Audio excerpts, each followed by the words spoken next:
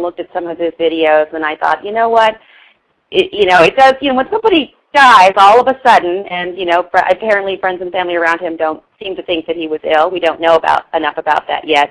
But James Fox seemed to think that we should really look into this, that there's something fishy going on. Well, if he says it, then we should. I mean, the case closed. This guy's out there in the field. He's putting it on the line. If people think that this is a safe area of study, you're kidding yourself. People die out for these kind of information all the time. They still do. Even being in radio can be dangerous. I get strange emails sometimes. People are angry at me because they claim that I didn't say the right thing about Dan Burrish or something like that, which I never even interviewed Dan Burrish. I'd love to interview Dan Burrish.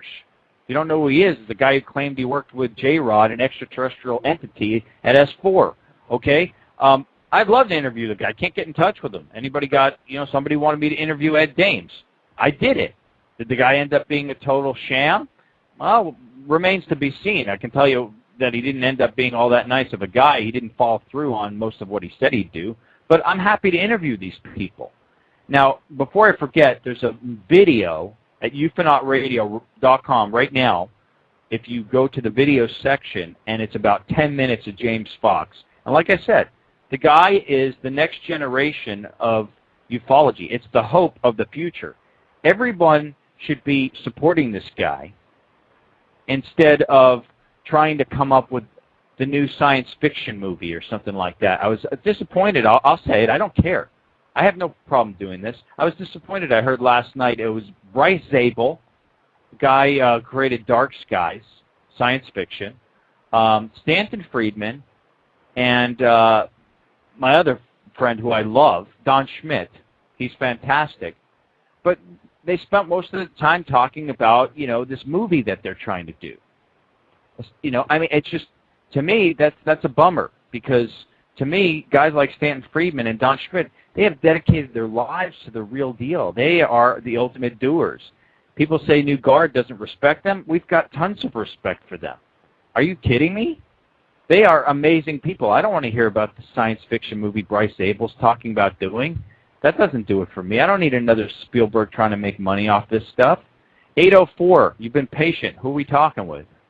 This is Hugh from Ashland, Virginia, which bills itself the center of the universe, and I'm self-proclaimed Hugh, the heartbeat of America, and I'm known as that in the National Museum of Patriotism. I'm just coming out to try and create a whole new form of global incentive economy based on a self-taught expertise I have that is creative utilization of information. I've had in my life a paranormal, a UFO, and a near-death experience, and I have things sitting in the White House looking to be unwound. I'm not afraid of anything because death, if that's what it's going to come to, everybody's going to die someday. And the thing that people have to realize is they have to stop the fear, and they have to put out the love vibrations, and that's what will start getting us on track. But I have something, I can, if you want to interact with me, there's a blog. You can get a little bit of initial information about me, which includes a letter from President Obama to me related to the economy. There's an interview that can be downloaded, and there's some brief information related to cyberspace. If you use the Google search engine, just type creativity, the number 777.com, and that will bring up that blog. Back in 1983, I was written up in a front-page Wall Street Journal article. It was published on Wednesday, April 27th, 1983. Yeah, let me interrupt you there before you keep going. But besides giving us a dissertation on your bio and your accolades, is there something that you want to share information-wise? I know that you're saying you got an article written about you. You had some dialogue with the President of the United States. You're making a lot of claims here, my friend. Do you want to embark some of the information? That's the whole point of the show. So I'm not going to sit here and talk about how many awards I have on the wall here. What do you want to tell this audience that's important? I want to say that everybody has unlimited creative powers. It's just a question of learning how to think more creatively, interacting with existing technologies and with each other in caring, sharing ways. You know what I think you just stumbled upon, which I have to agree with you. By the way, thank you for calling in. How do we get rid of the fear? He hit on one thing there, Sandy. I missed a bunch of what he was saying because it was kind of fast and I didn't know what he was promoting. But how do you get rid of the fear? It's very tough as a regular person, and that's why I think I'm excited about this conspiracy theater, because if I can say to you, let's say I'm in the drugstore. This happens to me all the time. Or I'm at Starbucks. People are very interested. I was at a restaurant last night. A woman comes over, and she interrupts my conversation with my friend. And she says, I've been eavesdropping, which is usually quite rude. But in this particular case, I didn't mind at all because we were talking about... Or flattering. Right. Yeah, it depends how you want to take it. You know, back when I was single, I would have begged for it. That's when it never happens, of course, right? But here's this attractive, nice woman comes over and says, I've been eavesdropping and you seem very interesting. What do you do? I heard you have a radio program and these topics you're talking about, are they real? This is, you know, how can I learn about this? And it was like, it's amazing that people don't know about this stuff because you and I live in this world. We eat, breathe, and sleep it.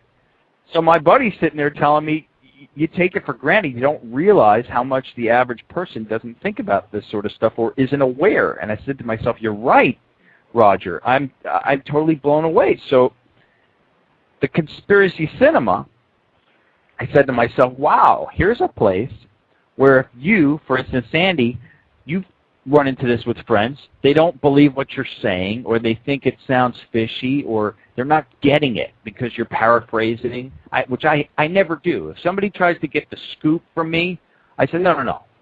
I'm not going to tell you what he said. You can listen to the show, or you can watch his video. Sandy posts videos every day that are mind-blowing, okay? I hate paraphrasing people. So what's great about this is I'm setting up a place where people can come, bring their friend, and say, shh, don't listen to me. Watch the video. You can tell me what you think after, and I'm going to be there most of the time. You could go talk to this guy. Go talk to Jesse Randolph. He eats, he breathes, he sleeps this stuff. He's not a crackpot. Well, you know, I don't think I'm a crackpot. But you know what I'm saying, Sandy? You run into this all the time, too. People want to just know the scoop. They don't want to do the homework. That's why having this theater, it's this location where you know you can just go there, look at the calendar, and say, look, this is a James Fox film that's going to make your head spin, and I want to see what you think if you give this shot. Shut your mouth for an hour and watch this documentary. You know what I mean? Yeah, of course, Jesse. And you know what I've kind of learned to realize as I've been, you know, in the beginning when you get exposed to this, you want to run outside and scream and shake, especially when you get into the New World Order stuff. You want to run outside your neighbor and be like, do you know they're trying to kill you and they're coming to get us? Wake up, wake up. I mean, that's all you want to do. And I try. We all try. That's why I post 10 videos every night, and I think maybe 1%, 2% of my friends might click on it, might watch some of it, but at least hopefully subliminally, you're getting that message across. But really, people don't have time, Jesse. You and I don't have children, and this is what I do, and it's my passion. It's something I was born with. Other people, they don't, they've got kids and they got to make their bill payments. They're worried about much, more acute things to their life, or seemingly acute to their life, than to be thinking about space aliens. Even there's things to worry about, that are happening right now. There's floods everywhere. There's oil spills everywhere. There's people dying in the East, in the whole Middle East. Of wars, and there's a war that's about to go on that we're hearing as well in Iran. It's like I can understand how it could be the last thing on somebody's plate if they don't have an initial interest. Yeah, I guess.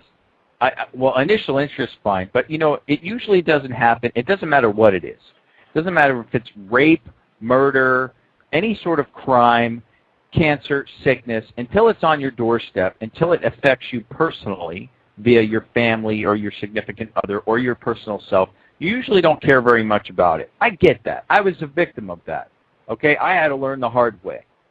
Okay, I guess where it also hit home, what my friend Roger was saying last night about, that I sort of live in a different world than many, is that I have the regular problems. I have all kinds of problems. My health insurance is almost kaput. I have rent. I have car payments and issues that I have to deal with. I don't live in a magical world. The aliens aren't financing me. Robert Bigelow isn't financing me. Steven Spielberg isn't helping me out. Trying to get a hold of Robbie Williams. Maybe he'll do something with us, Sandy. But honestly, this is a quick story. I went to the Clark County Fair, which is across the Columbia River over in Washington State. It's probably about a 15-minute drive. That's how quick you can get into Vancouver, Washington, across the bridge, across the beautiful Columbia River. It's gorgeous if you're in Portland. So I took my family there, and I was disgusted anyway because before you get in, you have to pay, $6 for parking, where it's not Los Angeles. There's tons of available parking. It's just a big old field. $10 a head. So before I even did anything remotely interesting or got to see anything, I was already out $40. Okay? In this day and age, for middle America, that's all that was at this fair. This is, a rural, middle-class American suburb of Washington, of Vancouver, okay? So here I am walking around, and I'm seeing all these people, and I'm just trying to think to myself, how many people here have any clue to what we're talking about? And I'm not putting any of them down, but I looked and I went over to it's a county fair, so they got a lot of livestock. People take pride in their cows, things I'm not used to, but it was very interesting to see. Their horses. They had Clydesdales there, different kind of horses my friend was showing me and educating me, and beautiful animals. But it's a lot easier. I looked at them. I saw how into it these people are. It's amazing to me that someone would spend, most of their free time working on grooming a pig. Now, that might sound funny, but this is what this person gets off on. He gets off on that, okay? That's his thing. Now, if an alien landed on his farm and stole his pig, maybe he'd be interested in the alien issue. I don't know. My point is that there was an alien, this is the weirdest part, there was an alien installation on this park, this fair. Someone had created this thing called the Alien Experience or something. It was the hokiest thing I've ever seen in my life. But for $2, you could do this sort of walk-through haunted house thing. And they had this phony transporter room. And people were lining up, and I just sat there and watched them just to see what their reaction was. Obviously, it had nothing to do with reality, really. But it was bizarre to look at the regular public and sit there and try to factor into the equation how many of these people have time or even care. So when I go back to what we started the show off with, which is, can you handle the truth? Can these people at the Clark County Fair with their 4.5 children, and like you said, all the other aspects of life, not to mention they're worried about, how they're going to get their jet ski onto the dock and how they're going to get their horse groomed and that sort of thing. And then you chuck this in their face. You're telling me they're going to be able to go, oh, yeah, I knew that was true, or, okay, well, how do I adjust my life accordingly, or how is that going to change things? I don't think so. I think it's freak-out mode. I think people would be hoarding weapons like they are now. I think they'd be shooting first and asking questions later. I do not think they would be baking apple pies and trying to give it to the aliens. So I do not think, I would think that the majority of the people living in this country are absolutely not ready to handle that kind of situation, especially in the scenario that I painted, which is that we know very little about an issue that is way beyond our means and our intellect, which is why the media's got a blackout on the situation, right? Unless it's in a ridicule fashion, and every scientist from mainstream